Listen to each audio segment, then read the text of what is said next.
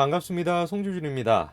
참으로 이 정치라고 하는 것이 재밌는 것 같습니다. 조금만 뭔가 이렇게 될 것 같았던 것도 이렇게 되지가 않고, 뭔가 이렇게 안 풀릴 것 같았던 것도 이렇게 풀려나가고, 정말 예측할 수 없는 게 정치인 것 같습니다. 오늘 제가 영상을 통해서 소개시켜드리고자 하는 김경수, 이분 또한 마찬가지로 이 예측 불가능성에서 벗어날 수가 없는 것 같습니다. 김경수 어떤 사람입니까? 대표적으로 친문 세력의 핵심 멤버다, 그렇게 여겨지는 사람이죠. 그냥 단순하게 친문 세력의 핵심 멤버 이렇게 여겨지는 수준이 아니라 사실상 노무현 대통령과 문재인 대통령 그 라인의 적자다라고 여겨지는 사람이 김경수입니다. 그러다 보니까 이재명이 됐건 무슨 이낙연이 됐건 이런 사람들 이거 아무것도 아니다. 사실상 지금 진보 진영 내에서는 다음 대통령 선거의 후보로서는 김경수가 적격이다, 이런 얘기가 얼마나 옛날부터 나왔었습니까? 저 또한 마찬가지로 다음 차기 대권 후보의 가장 강력한 후보는 김경수다, 그렇게 생각을 했었어요. 그런데 그럼 김경수가 어떻게 됐었습니까? 모두의 예상을 깨고 2심 재판에서 유죄가 나오면서 완전히 그냥 고꾸라 떨어지지 않았습니까? 그런 식으로 그냥 김경수의 차기 대권은 그냥 끝나는 줄 알았어요. 근데 대한민국 정치라고 하는 것이 정말로 재밌습니다. 그렇게 끝난 것 같았던 김경수가 다시 지금 또 부활하고 있습니다. 오늘 저는 영상을 통해서 김경수 지사를 둘러싸고 있는 묘한 지금 분위기의 변화에 대해 가지고 조금 말씀을 드리고자 합니다. 어떤 내용인지 같이 한번 좀 보시죠. 김경수 지사의 최근 행보가 눈에 조금 띄고 있습니다. 이날 라디오에 출연해가지고 다음과 같은 얘기를 했는데요. 지사로서도 그렇고 정치인으로서도 그렇고 노무현 대통령께서 국가균형 발전 처음 제안하시면서 신도시를 만들었다라면서 자기 또한 그거를 계승하겠다라는 겁니다. 그리고 또 다음과 같이 얘기하죠. 경남지사로서 4년 만에 이런 결과를 내기는 어렵기 때문에 저는 가능하면 경남지사의 재선에 도전하고 싶다, 이렇게 덧붙였습니다. 저는 저 인터뷰를 보면서 몇 가지 조금 의문점이 들었습니다. 첫 번째 같은 경우는 노무현에 대해서는 저런 식으로 정신을 계승한다 라는 얘기하는데 문재인은 도대체 어디로 갔을까? 그리고 두 번째, 노무현 정신을 계승하겠다라고 하는 사람이 노무현을 끌어들여가지고 얻겠다라고 하는 게 지사를 재선하겠다, 말이 앞뒤가 안 맞는 것이죠. 노무현 정신 그것까지 끄집어내겠다라고 한다면 당연히 차기 대권 후보 그거를 노리겠다, 그런 얘기가 나와야 되는 거 아니겠습니까? 그런데 김경수 지사는 차기 대권에 대해서는 다음과 같이 조금 양보하는 듯한 모습을 보입니다. 이렇게 얘기하고 있죠. 경남지사 재선에 도전하고 싶다라고 밝혔다. 다만 대선 불출마에 대한 직접적인 질문에 대해서는 그렇게만 말씀드릴 수 없다, 이렇게 선을 그었습니다. 사실상 지금 저 얘기 같은 경우는 대선에 출마하지 않겠다, 불출마하겠다, 이렇게 우리가 해석할 수는 없을 것 같고요. 어느 정도의 여지를 좀 남겨놨다, 이렇게 보는 게 맞을 것 같습니다. 자기 또한 마찬가지로 좀 몸을 사려야 되겠죠. 과거에 김두관 의원의 전력이 있지 않습니까? 리틀 노무현이다, 이렇게 불리면서 강력하게 경선 준비를 했었는데 결국에는 문재인 대통령한테 떨어졌던 분, 그리고 이제 정치 낭인처럼 됐다가 가까스로 되돌아왔던 김두관, 그런 경우를 생각을 해봤을 때 자기 또한 마찬가지로 몸을 좀 사려야 될 필요를 알 겁니다. 김경수 같은 경우는 저런 식으로 지금 조심하는 듯한 모습을 보여주고 있습니다만, 당 내에서 대표적인 친문, 친노 세력들 같은 경우는 이미 김경수를 차기 대권 후보로 밀어주려는 듯한 이런 식의 분위기가 지금 감지가 되고 있습니다. 자, 당 내에서 지금 대표적인 친문, 친노 세력들이 김경수를 밀겠다라고 한다면 당연히 1순위로 제거해야 되는 사람이 누굽니까?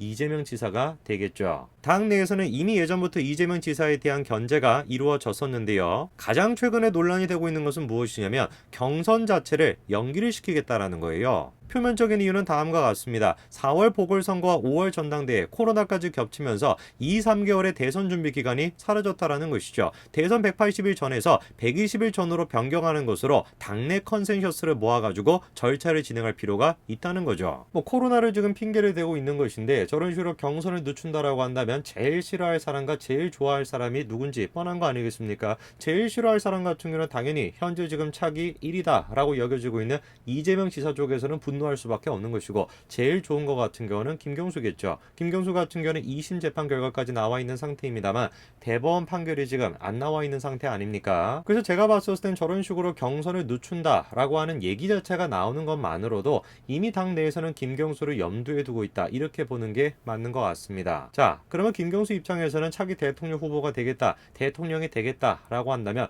끊어내야 되는 사람이 몇 사람이 있죠. 첫 번째는 당연히 이재명, 그쪽을 끊어내야 되는 것인데 있는데 뭐 이재명 같은 경우는 김경수가 애를 쓰지 않는다라고 할지라도 친문 친노 세력들이 자발적으로 나서가지고 끊어줄 것 같고요. 두 번째로 넘어야 되는 큰 산이 누구냐, 바로 문재인 대통령입니다. 문재인 대통령 또한 마찬가지로 김경수한테 부담이 될 수밖에 없는데요. 그도 그럴 것이 김경수가 지금 유죄가 나왔던 드루킹 문제, 그 문제와 연관이 돼 있는 사람이 누굽니까? 문재인 대통령 본인 스스로 또한 마찬가지로 연관이 되어 있어요. 그리고 문재인 대통령뿐만이 아닙니다. 김정순 여사 또한 마찬가지로 문제가 되는 거 아닙니까? 저 경인선을 둘러싸고 얼마나 많은 얘기들이 있었습니까? 김경수 지사와 드루킹 둘 사이에서 경인선에 대해 가지고 얘가 맞다 얘가 틀리다 얼마나 많이 싸웠었습니까?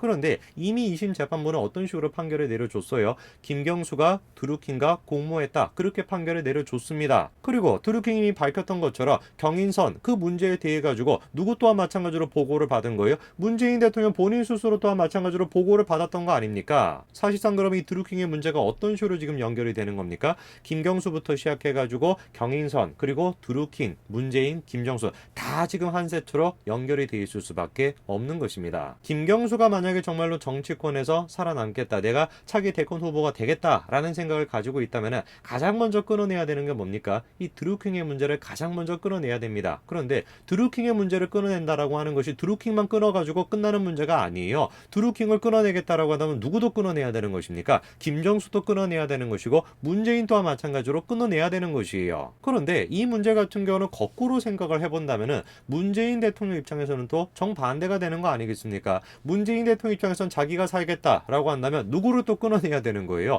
김경수를 갖다가 또 끊어내야 되는 것입니다. 친문 친노 세력과 김경수가 한 팀이 되어 있고 문재인 계열 같은 경우는 따로 지금 놀고 있는 그런 지금 상황이 전개가 되고 있는 것입니다. 그리고 이런 식의 갈등 국면을 가장 잘 보여줬던 사건이 이번에 또 터졌죠. 자, 이번에 김명수 대법원장과 관련돼 가지고 놀라운 지금 얘기 한 가지가 나왔습니다. 김경수에 대한 2심 실형이 나온 날 김명수가 판사한테 전화해서 뭐라고 했다라는 거예요?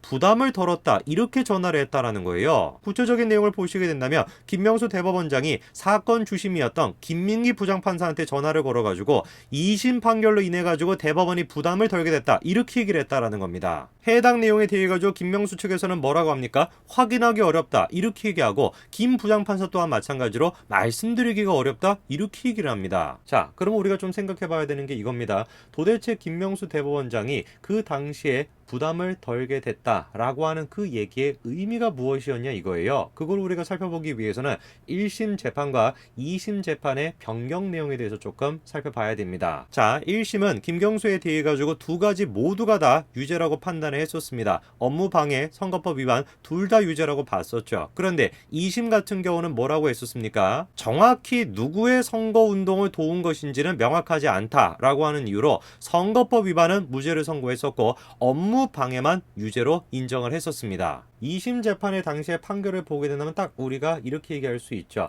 2심 재판부는 김경수에 대한 유죄는 인정을 한 것인데 문재인 대통령에 대한 연관성은 끊어내려고 했다라는 겁니다. 그렇지 않습니까? 2심 재판부가 지금 뭐라고 했습니까? 누구를 도왔던 건 좀 명확하지가 않다. 그렇기 때문에 선거 위반, 그거는 무죄를 선고를 한 것이고 업무 방해만 지금 유죄를 인정한 것이에요. 실제로 2심 재판부가 당시 김경수에 대해서는 굉장히 강도 높게 비판하지 않았습니까? 이례적으로 입장 표명까지 하면서 뭐라고 얘기를 했었습니까? 피고인의 무기나에 그런 일이 벌어졌다고 볼 수밖에 없다. 존경받아야 할 정치인으로서는 절대 해서는 안 되는 일이다, 이렇게 얘기했습니다. 한마디로 얘기해서 뭐겠습니까? 김경수와 드루킹 둘 사이의 연관성, 그거는 인정을 해준 것인데 김경수와 드루킹과 문재인 대통령 사이의 연관성에 대해서는 인정을 안 해준 것이에요. 그래서 선거법 같은 경우는 위반이 적용이 안 된 것이고 업무 방해만 지금 적용이 된 거 아닙니까? 그리고 그 내용에 대해서 그 판결에 대해 가지고 김명수가 전화를 걸어서 뭐라고 지금 얘기를 했다라는 거예요? 부담을 덜게 됐다, 이렇게 얘기를 했다라는 겁니다. 김명수 대법원장이 얘기했던 부담이 덜게 됐다라고 하는 게 어떤 내용일까요? 글쎄요, 제가 생각했을 땐 간단한 것 같습니다. 이 모든 책임을 지금 김경수한테는 묻되 문재인 대통령한테는 묻지 않을 수 있게 되었다. 그 점에 대해 가지고 김명수 대법원장이 부담을 덜게 됐다, 이렇게 얘기한 거 아닐까요? 이번에 김경수가 다음 같은 얘기까지도 했었죠. 청와대에 속도 조절론 입장이 있다라고 해도 검찰 개혁은 법을 통해 가지고 결정하는 것이다. 대통령 한 말씀을 하면은 일사불란하게 당까지 다 정리돼야 되는 건 아니다라는 것이죠.